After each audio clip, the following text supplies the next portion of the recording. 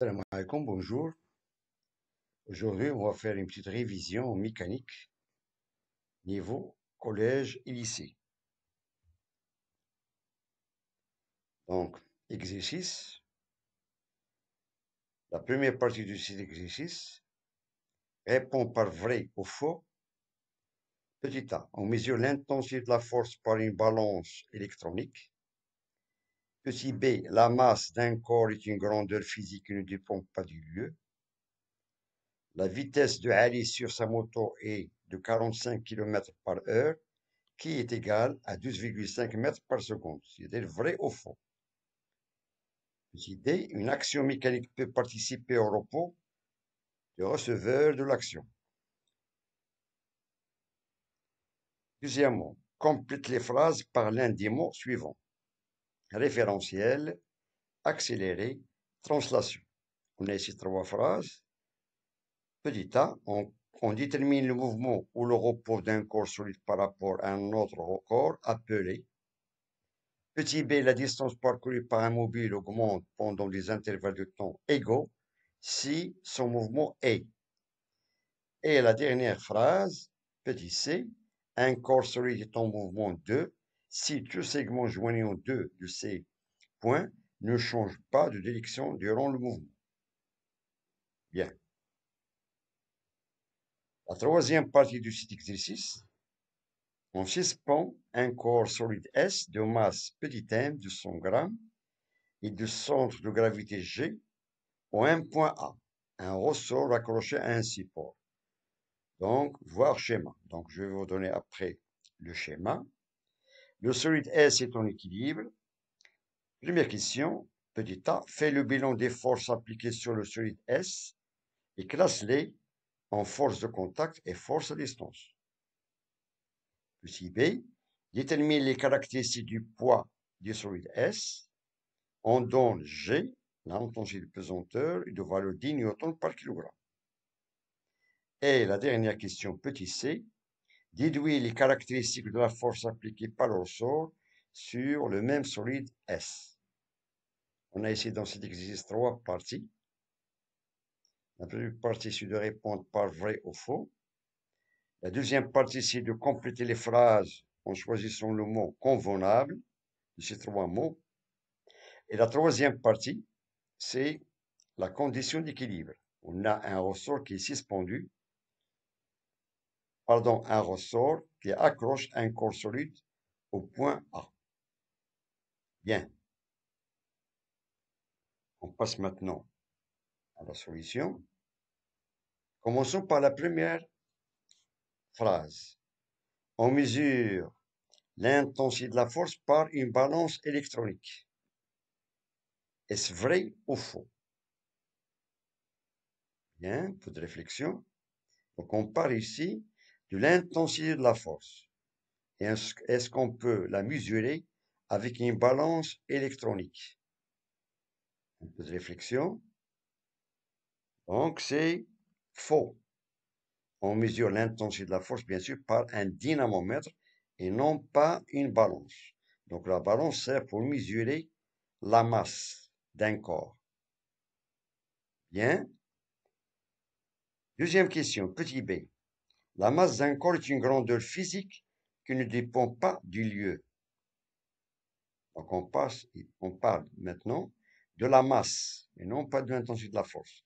Est-ce la masse d'un corps est une grandeur physique qui ne dépend pas du lieu?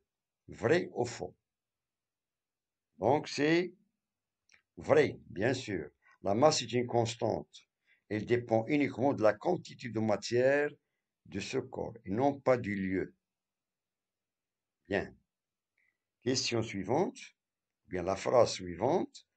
La vitesse de Ali sur sa moto est de 45 km/h, qui est égale à 12,5 mètres par seconde. Est-ce que ces deux valeurs sont les mêmes? Est-ce vrai ou faux? On a ici exprimé la vitesse en km/h. Par contre, ici, il est exprimé en mètres par seconde dans le système international. Est-ce vrai ou faux? Un peu de réflexion. Donc, c'est vrai. Donc, pour convertir de km/h en mètres par seconde, il suffit de diviser cette valeur par 3,6 et on aura la valeur de 12,5 mètres par seconde. Bien. Phrase suivante, petit d. Une action mécanique peut participer au repos du receveur de l'action.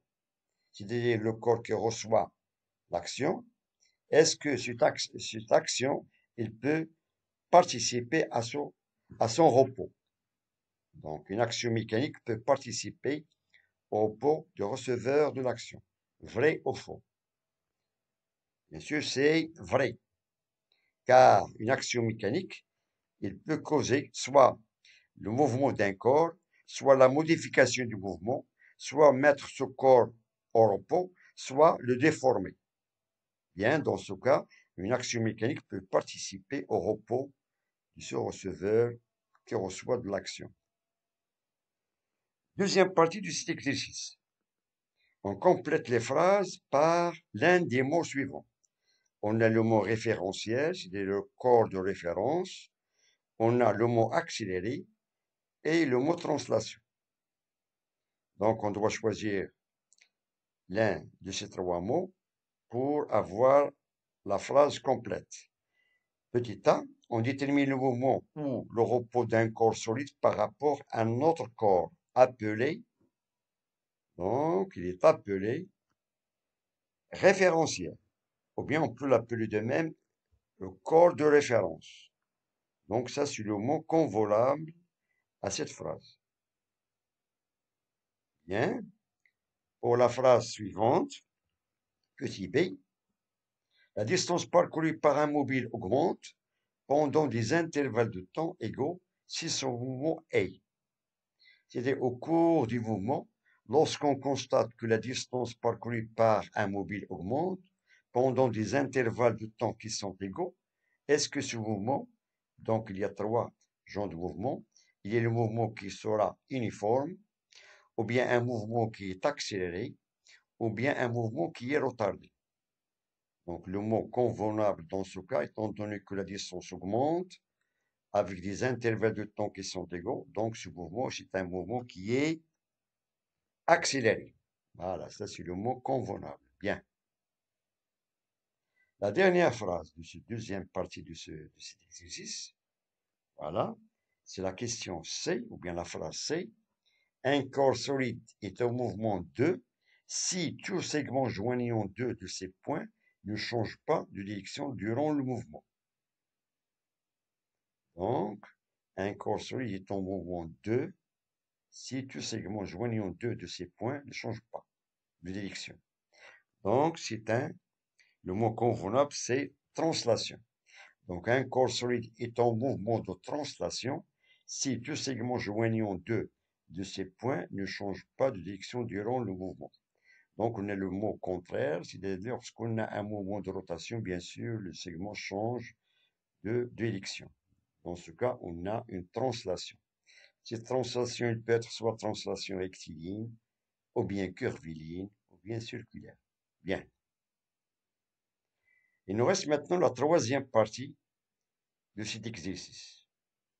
Et je vais vous montrer, bien sûr, le schéma de cet exercice. Voilà.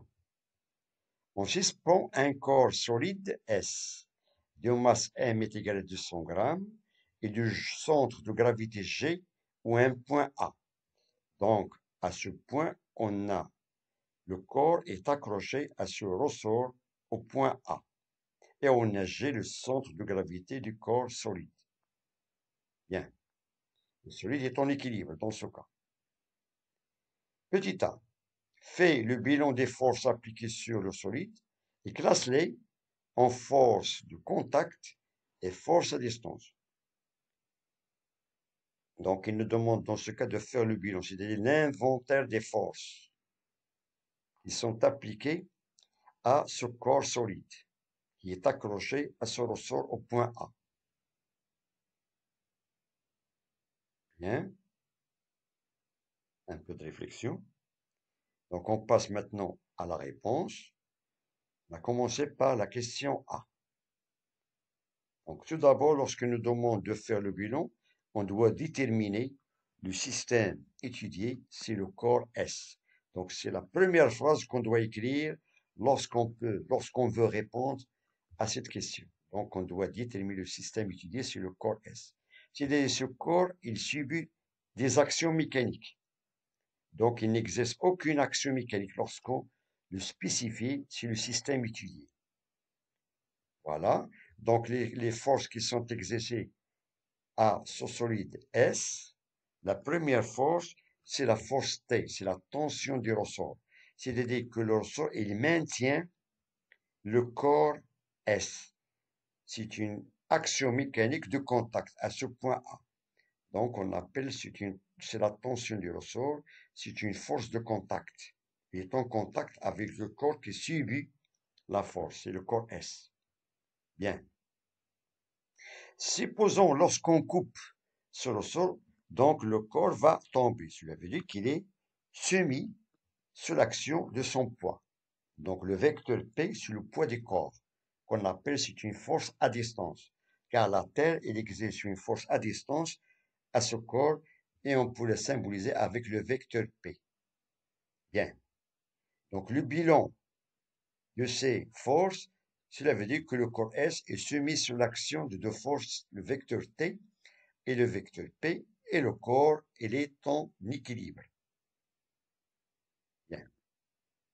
Passons maintenant à la question B. Détermine les caractéristiques du poids des solides S. C'est-à-dire, nous demande de déterminer les caractéristiques de vecteur P. C'est-à-dire, le poids du corps, c'est une force à distance, voilà, exercée sur le corps S.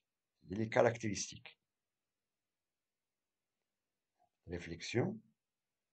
Et on a vu dans le cours que les caractéristiques d'une force, il y a 4 caractéristiques. On a le point d'application, la droite d'action ou bien la direction, le sens et l'intensité. Bien. Donc, on va dresser les 4 caractéristiques dans ce tableau pour répondre à la question caractéristique du poids P.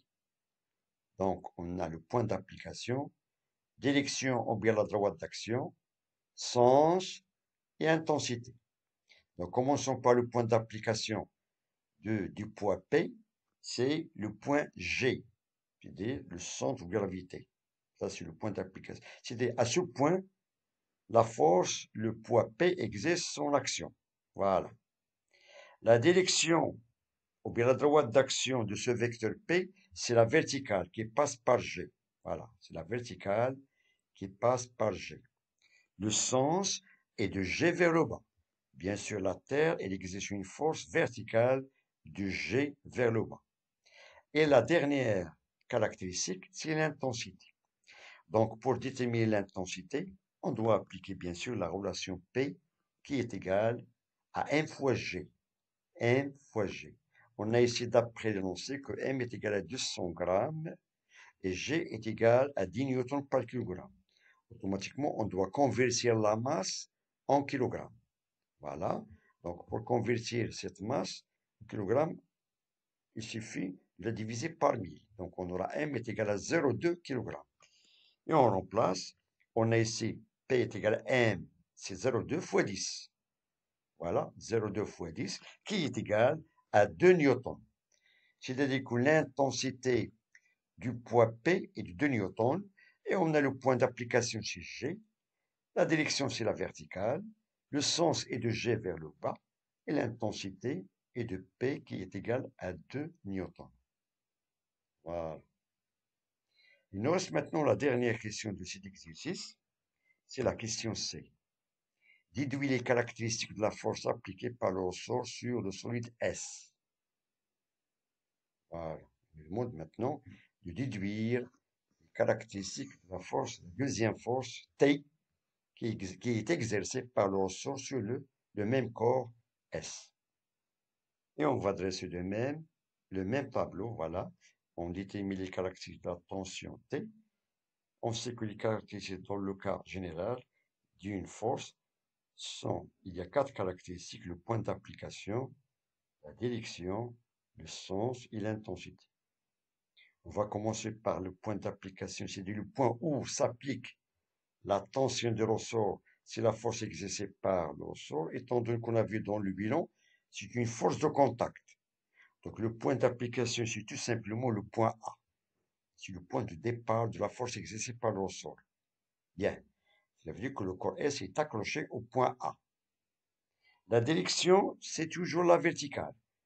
Donc, étant donné que le ressort il est posé verticalement, donc il va exercer une force verticale au point A pour soulever ou bien pour maintenir le corps S. Donc, ce droit d'action, il passe par le point A. Le sens est de A vers le haut. Bien sûr, le ressort, il maintient le corps S. Donc, il va exercer une force de A vers le haut. Et l'intensité, étant donné d'après la loi d'équilibre d'un corps qui est soumis sous l'action de force, la loi dit que lorsqu'on a un corps et est en équilibre sous l'action de force, les deux forces, elles ont même droit d'action, voilà, même droit d'action, sans s'opposer. Voilà, on a le poids, il exerce une force vers le bas, et la tension T exerce une force vers le haut. Et automatiquement, l'intensité est la même. Dans ce cas, on aura l'intensité de la force P est égale à l'intensité de la force T. Donc, P est égal à T d'après la loi d'équilibre. Cela veut dire que T est égal à 2 newtons. Donc, on a la même intensité. P est égal à 2 newtons et T est égal à 2 newtons. Voilà. Donc, on a répondu à ces trois parties du cycle exercice. Ce sont des exercices, ce sont des parties de la mécanique, niveau collège et lycée. Donc, je vous remercie de votre attention. Bon courage et à très bientôt.